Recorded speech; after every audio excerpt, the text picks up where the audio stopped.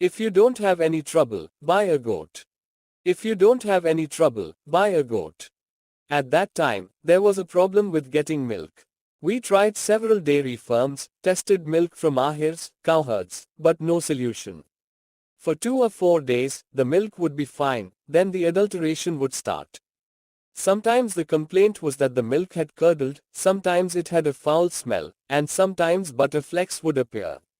Finally, one day, I said to a friend, "Brother, let's buy a cow together.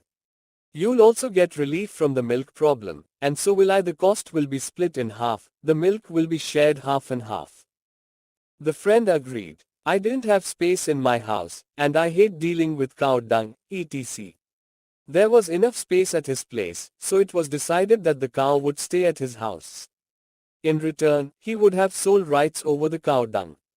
He could use it freely, make cow dung cakes, smear the house, give it to neighbors, or use it for any Ayurvedic purpose. The person agreeing, me, would not have any objection or opposition to it. I agreed with full awareness that I would never try to claim any right over the dung, nor would I push anyone else to use it. The milk started coming, and we were freed from the daily hassle. For a week, there was no complaint of any kind. I would drink hot milk and happily sing a Persian saying, "Thank God, my brother, who made our cow. She gave us fresh milk and let us taste the delight of life." My bread soaked in milk was His grace, filling me with satisfaction. What a beautiful and innocent form of God's blessing. But slowly, the old complaints started reappearing. To the extent that the milk was only milk in name. No matter how much you boil it, no cream would form, no sweetness. Initially, I would complain, which would ease my frustration. If there was no improvement after complaining, I would stop taking the milk. Now, there was no room for complaint, and forget stopping it. It's like a beggar's anger on his own life, either drink it or pour it into the drain. Every day, we had to deal with this 8 anna per day problem, as if it was written in our fate. The child wouldn't even touch the milk, let alone drink it. After adding half sugar, we managed to feed him some milk for a few days, and then boils started appearing, and there was a commotion in the house daily. My wife would order the servant, take the milk and throw it at their heads. I would stop the servant. She would say, "What kind of a friend is he? Doesn't he have any shame? Is he such a fool that he can't understand what people will say when they see this milk? Bring the cow to our house, let it stink, let there be mosquitoes, but at least we'll get good milk. We've spent money, so we should at least enjoy it." Chadha Sahab is an old benefactor of mine. We have quite a close relationship. I couldn't believe this was happening with his knowledge. Either it was his wife's mischief or the servants, but how could I bring it up? And then, I had a cordial relationship with his wife too. She had come to my house several times, and my wife had also been a guest at their place multiple times. Would she suddenly become so foolish and deceive us so openly? And even if it was someone else's mischief, it was impossible for me to complain to him about the bad milk. Luckily, Chidha got transferred in the 3rd month. I couldn't keep the cow alone. The partnership broke, and the cow was sold at half price. That day, I took a sigh of relief. Finally, it was decided to keep a goat. She could stay in a corner of the courtyard. There was no need for a cowherd to milk her, no need to pick up dung, wash the trough, or bring feed. Even my servant could easily milk the goat. Just throw a little bran, and that's the end of the story. Moreover, goat's milk is more beneficial, especially for children. It's easier to digest, doesn't cause heat or cold, and is healthy. Coincidentally, a Panditji who used to copy my drafts was quite experienced in these matters. When I discussed the idea with him, he praised the goat so much that I fell in love with it without even seeing it. It's a goat of the Pachani breed, tall, with large udders that almost touch the ground. Very frugal but very productive. You can get 2 to 2.5 liters of milk at one time. She has just birthed her first kid. You'll get her for 25 rupees. The price seemed a bit high, but I trusted Panditji. The order was placed, and the goat arrived on the 3rd day. I was thrilled when I saw her. The qualities described were even better than expected. A small clay trough was arranged, and the bran was taken care of. That evening, my servant milked the goat, and sure enough, it was 2.5 liters. My small pot was overflowing. The problem that had plagued us for so long was finally solved. If only I had thought of this sooner, I wouldn't have had to deal with so much trouble. I thanked Panditji profusely. I had to hold the goat's horns every morning and evening, but that trouble was nothing compared to the milk. The goat was nothing less than a wish-fulfilling cow, Kamdhenu. My wife thought that the goat might catch the evil eye, so she made a cover for its udders and placed a necklace of blue glass beads around its neck. Whatever leftovers were in the house, my wife would personally go and feed the goat. But within just a week, the milk production started to decline. Surely, it had caught the evil eye. What could be the reason? I mentioned this to Panditji, and he said, "Sahib, it's a village goat, a landlord's goat. It used to eat grains freely and graze in the garden all day. Now, if its milk decreases being tied up all day, it's no surprise. You should take her for a walk." But who would walk a goat in the city, and where? Therefore, it was decided that we should rent a house in a more open area with fields and gardens around. The servant would take her for a walk for an hour or two daily. So, we quickly moved to a new house. I had to cover a 3-mile distance to get to the office, but I was willing to double that if it meant getting good milk. The house was spacious, with a garden of mango and mawa trees in front. Beyond the garden were the fields of vegetable growers, potatoes in some, cabbages in others. I made a deal with a vegetable grower to supply fresh greens for the goat daily. Despite all these efforts, the milk didn't increase significantly. Instead of 2.5 liters, it barely produced 1 liter. But I was satisfied that the milk was pure, and that was good enough. I could never accept that herding goats was a lowly job compared to being a servant. Many of our gods and prophets used to herd flocks. Lord Krishna herded cows. Who can say there weren't any goats in that herd? Jesus Christ and Prophet Muhammad both herded sheep. But man is a slave to customs. What the elders didn't do, how can he do? Walking a new path requires determination and faith, which not everyone has. A washerman will wash your dirty clothes, but he'll find it degrading to sweep your doorstep. Criminal tribes think it beneath their dignity to buy something from the market with money. My servant found it humiliating to take the goat to the garden. He would take her from home but leave her in the garden and nap under a tree himself. The goat would graze on the leaves, but one day, she decided to venture beyond the garden and explore the fields. Though she was very civilized and cultured, with a serious expression on her face, she perhaps didn't understand the concept of freedom restricted. One day, she wandered into a field and devoured several cabbage patches. The vegetable grower caught her and brought her to me, saying, "Babuji, if your goat keeps grazing in our fields like this, we'll be ruined. If you want to keep a goat, you should tie her up." Today, I let it go out of respect, but if it happens again, we'll either break her leg or take her to the pound.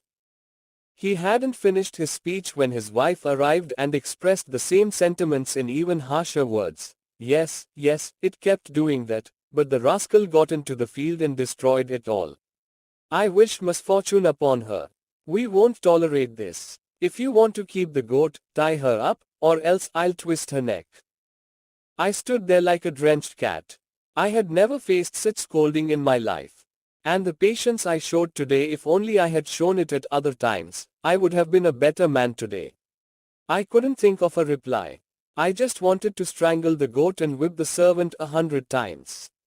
My silence emboldened the woman even more. Today, I realized that silence can sometimes be harmful. When my wife heard the commotion, she came to the door and arrogantly said, "What will you do, take her to the pound? You've been shouting for an hour now for no reason. It's just an animal, so what if it wandered out one day? Will you take its life for that? Just try saying another word. Why don't you fence your fields with bushes or thorns? You won't admit your own fault and came here to fight instead. If I report this to the police, you'll be dragged through the streets." This authoritative tone cooled them down. But after they left, I gave my wife a good scolding. You harm the poor and then try to assert dominance? Is this what you call justice? My wife proudly replied, you won't appreciate that I easily got rid of those scoundrels. These villagers can only be taught through strictness. Gentleness or generosity won't make sense to them. They see it as weakness, and who doesn't want to oppress the weak? When I questioned the servant, he clearly said, Sahib, herding goats isn't my job. I said, who told you to herd goats? You just need to make sure she doesn't wander into any fields. Can't you even do that? I can't herd goats, Sahib. You should hire someone else. Finally, I decided to take the goat to the garden myself in the evening. Hiring someone new for such a small task was beyond my means, and I didn't want to dismiss my servant, who had served me faithfully for many years and was honest. The next day, I came home from the office a little early, quickly took the goat, and went to the garden. It was winter, and the cold wind was blowing. Dry leaves had fallen under the trees. In no time, the goat was there. I kept running after her, trying to catch up. Normally, I would rest after returning from the office, but today I had to run this errand, and I was exhausted. However, the effort paid off. The goat drank more milk today.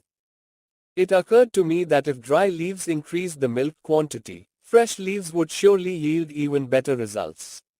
But where would I get fresh leaves? If I plucked them from the trees, the garden owner would definitely object. Paying for fresh leaves was not an option. I thought, why not try using a bamboo pole to pluck the leaves? If the owner made a fuss, I'd apologize. If he agreed, fine, if not, we'd see.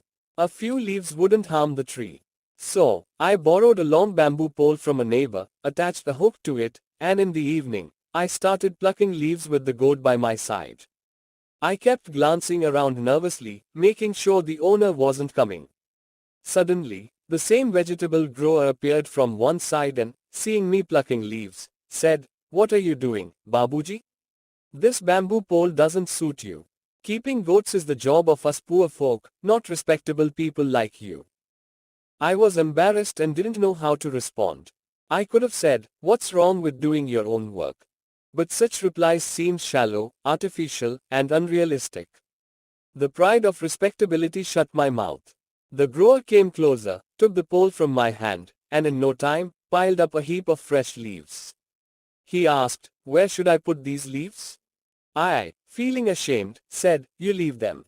I'll take them myself." He picked up a few leaves, tucked them under his arm, and said, "Why will you carry them? I'll take them for you." I had him place the leaves in the veranda. There were 4 times more leaves lying under the same tree. The grower made a bundle of them, put them on his head, and left. Now I understood how clever these villagers are. No action of theirs is without a purpose. But the next day, it became difficult for me to take the goat to the garden. The vegetable grower would see me again, and who knows what sarcastic remarks he'd make. Falling in his eyes would be no less shameful than being publicly disgraced. We have to respect the standards of honor and prestige that society has established for us, or we'll become outcasts. But the goat wasn't ready to give up her carefree freedom so easily, which she had begun to consider her normal routine. As evening approached, she started protesting so loudly that it was impossible to stay inside.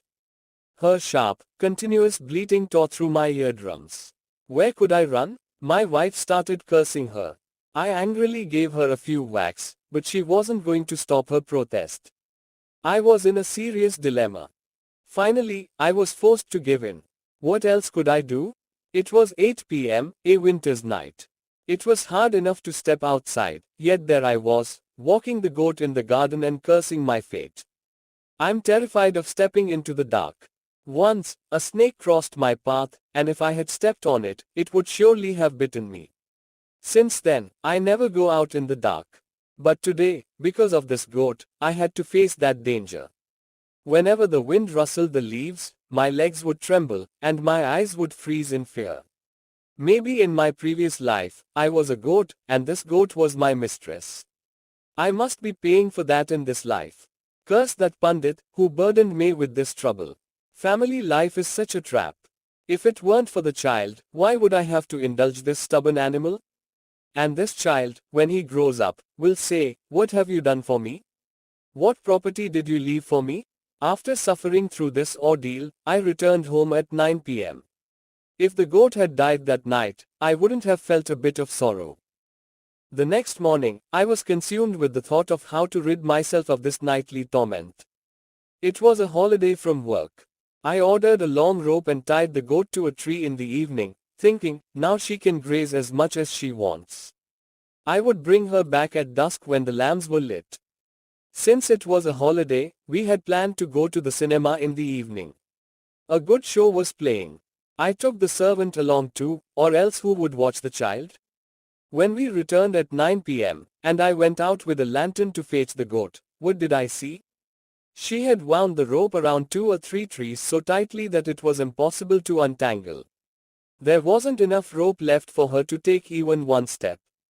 Furious, I thought of leaving her there, let her die if she must. But my heart didn't allow it. First, I untied the rope from her neck, then spent an hour untangling the knots. My hands were freezing, and my frustration was boiling over. This new method had proven even more troublesome. What should I do now? I couldn't think of a solution. If it weren't for the milk, I would have given her away for free. As soon as evening approached, the switch would start her wailing again, and staying in the house would become unbearable. And her voice was so harsh and jarring. The scriptures say that wherever her voice reaches, no gods come near. Heavenly beings used to hearing the songs of celestial maidens would surely detest her grating cries. Her piercing bleats terrified me so much that the next day, as soon as I came home from work, I left the house. But even a mile away, it felt like her voice was chasing me. I was ashamed of my irritation. If I can't even handle keeping a goat, why am I being so sensitive? After all, I can't stay out all night. When I return at 8 p.m., won't her song greet me? Suddenly, I saw a tree with low-hanging branches and felt an irresistible urge to climb it. Climbing straight trunks is difficult, but here the branches started at 6 or 7 feet. The tree was laden with green leaves, and it was a gular, fig, tree, whose leaves goats particularly love. I hadn't climbed a tree in 30 years, so the habit was long gone. Despite the easy climb, my legs were trembling, but I didn't give up. I started breaking off leaves and dropping them below. Who's here to see me breaking leaves in this solitude? It was getting dark. I'd make a bundle of leaves, carry them home, and if the goat dared make any noise after that, she'd meet her doom. I was still up in the tree when a herd of goats and sheep appeared out of nowhere and pounced on the leaves. I shouted from above, but who was listening? The shepherd was nowhere to be seen, probably hiding to avoid getting scolded. Frustrated, I started climbing down. In a matter of moments, all the leaves were gone. I was about to break the legs of each goat when suddenly, my foot slipped, and I fell 10 feet to the ground. I hurt my back so badly that I couldn't see straight for 5 minutes. Luckily, I hadn't fallen from higher, or I would have died a martyr right there. The sound of my fall scared the goats away, leaving a few leaves behind. When I regained my senses, I gathered the remaining leaves, made a bundle, and, like a labor, carried them home, hiding them as if they were a mark of shame. Fortunately, there was no accident on the way back. When the house was just a short distance away, I quickened my pace, worried that someone might see me. But then I saw the vegetable grower approaching. You can't imagine my state at that moment. The fields on both sides of the path were lined with thorny bushes. There was no way to turn off the path. I lowered my head and tried to pass by as if I were a laborer. My heart was in my throat, as if the vegetable grower were a ferocious tiger. I kept praying, "Oh God, you are the savior of the troubled. Please shut this man's mouth. Blind him for just a moment."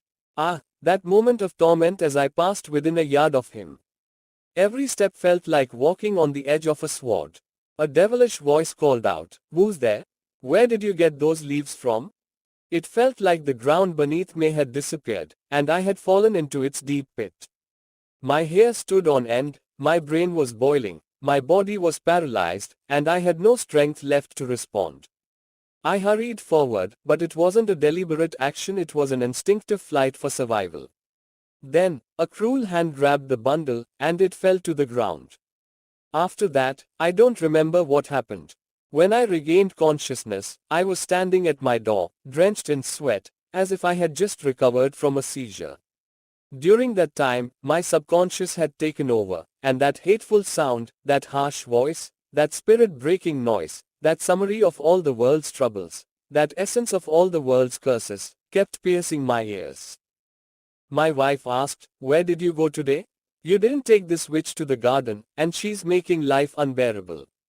Where should I go to escape her?" I reassured her, "Let her scream today.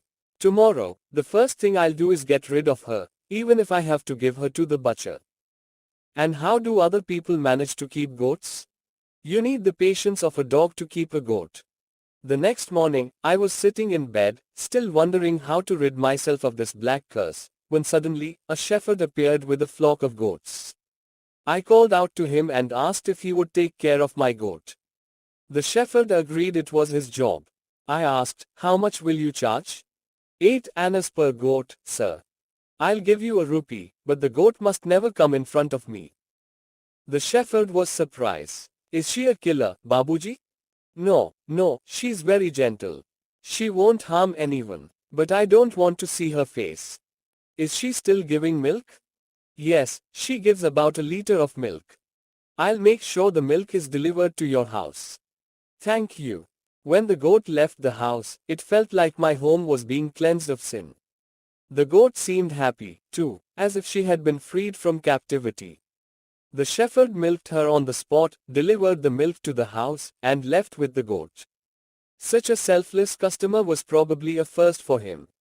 For a week, we received some milk, but gradually, the quantity decreased until, by the end of the month, the milk stopped altogether. We found out the goat was pregnant. I didn't complain. There was a cow at the vegetable grower's place, and I started getting milk from her. My servant would go and milk the cow himself. Several months passed. The shepherd would come once a month to collect his rupee. I never asked him about the goat. The mere thought of her made my soul shudder. If the shepherd had known how to read facial expressions, he could have easily doubled his fee. One day, I was sitting at the door when the shepherd passed by with his flock of goats. I went inside to get his rupee, and what did I see? My goat had entered the house with 2 kids. She went straight to the spot where she used to be tied, then came into the courtyard, looking at my wife as if to introduce herself. My wife ran to pick up one of the kids, went inside, and brought out the bran that had been stored for months. She fed the goat with such affection, as if a long-lost friend had returned. There was no trace of the old bitterness or resentment. She cuddled the kid and petted the goat, while the goat devoured the bran like a speeding train. My wife said to me, "Aren't the kids beautiful?" "Yes, very beautiful. I feel like keeping one." Still not satisfied? You have no heart. When the bran was finished, the goat left contentedly. The 2 kids frolicked behind her. My wife watched with teary eyes as they departed. The shepherd filled his pipe and came to ask for a light. Before leaving, he said, "From tomorrow, I'll deliver the milk, Sahib." My wife asked, "And what will the kids drink?" "The kids won't drink much, sister. 2 liters of milk wasn't good enough, so I didn't bring it." That night, I remembered the tragic incident and said, "Bring the milk if you want, but don't bring the goat here." From that day on, neither the shepherd nor the goat appeared again, and I never tried to find out what happened. But my wife still occasionally sheds tears, remembering her kids.